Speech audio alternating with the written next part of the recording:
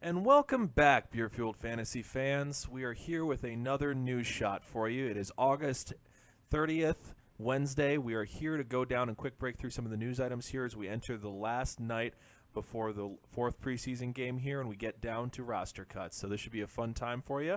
We have a little bit of a hint of what's to come here with some of the rumors and other reports we're getting today, so let's quick jump in. Biggest piece of news in terms of most important player that's affected. Zeke's hearing is going to go on into Thursday. It's not ending Wednesday like was originally reported. So we'll have more information on that for you tomorrow when Dan is back behind the mic. Currently he's just sitting behind me working on his computer. Next up, we've got Tom Pelissero reports that the Chargers have had trade discussions involving wide receiver Dontrell Inman. This is mainly a boom to Travis Benjamin, who they're looking like he's going to be locked and loaded as the number 3 and the deep threat on that team. Do keep an eye out for that. He may be a priority waiver ad if anything happens to Tyrell Williams or Keenan Allen, or if one of them just struggles and Benjamin ends up taking a larger piece of that pie than originally expecting. So definitely bring him up as a watch list name. In addition, this may carve out a role for Mike Williams when he gets back from his herniated disc in his back. Second piece of trade news is out of the Seahawks. Diana Rossini reports that they're trying to trade Jermaine Kearse. This is pretty meh on the news front. I didn't even know if he was going to make the team. He looked like the number 5 receiver at best, behind Graham, Baldwin, Richardson, and Lockett. So only really matters if he lands somewhere where there's no other wide receiver depth, say Chicago, Buffalo, somewhere like that. Same with Dontrell Inman in terms of his talent. If he landed one of those spots, he might be interesting, but beyond that, I don't really care that much about where they go. Matt Forte is also on the trading block. This could be a little bit more interesting because there are a few teams who do need some running back help, namely looking at teams like the Eagles, and we'll get to that a little bit more in a minute, or the New York Giants. Both backfields are just seem to be pretty bad and don't have a lot of talent there, so they could use somebody like the Zambling corpse of Matt Forte. The Seahawks coach, Pete Carroll, considers both Thomas Rawls and Eddie Lacy starters. Pete Carroll, why you got to do us dirty like that? This is just bad news for both of them. Brings both their values down. I already didn't like Eddie Lacy. I've moved him further down my rankings.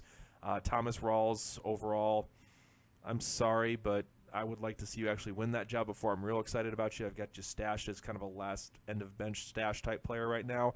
If I get you in a league and there's nobody I like better, I'll take you. But beyond that, I just don't like the Seahawks backfield situation. Even Procise I'm starting to sour on a little bit just because I don't know what the hell's going to happen and what the usage is going to be, and it just turned into another mess like Philadelphia, New England, New Orleans.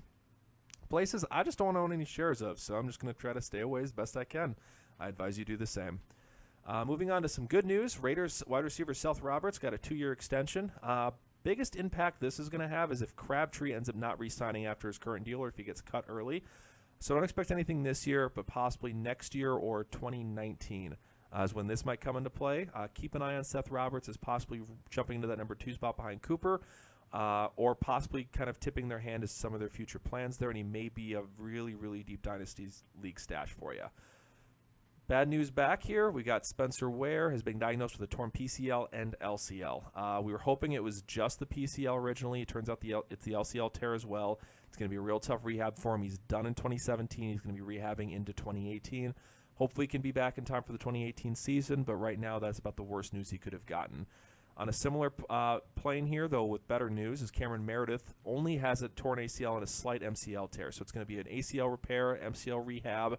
About the best news he could have gotten, and the current projection is he should be back by OTAs in the spring, right after the NFL draft next year.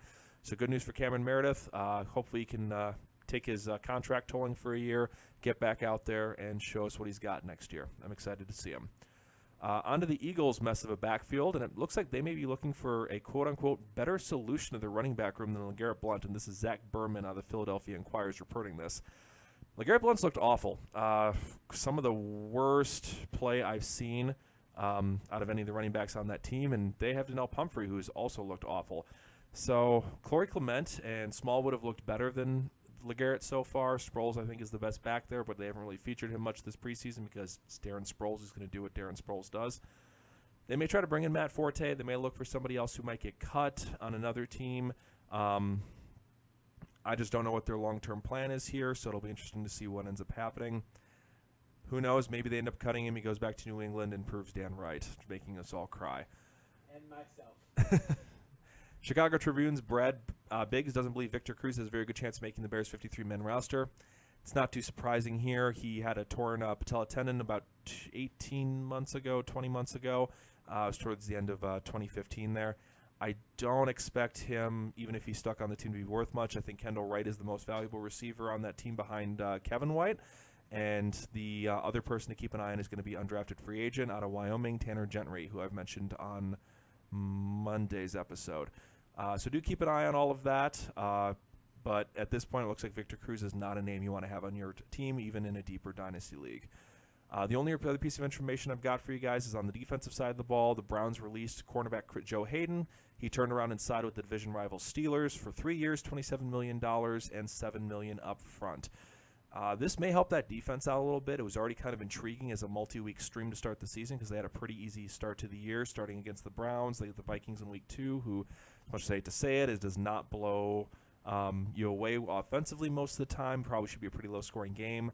Might get some sacks against that offensive line. Possibly could cause some turnovers if they manage to make some plays, and Joe Hayden could help with that. So keep an eye on that. I don't know if he'll play in the 4th preseason game. I don't know how quickly he'll be up to speed in that defense, but hey, he got paid again, so good for him, and this may make the Steelers' defense a little bit more intriguing for those first few weeks.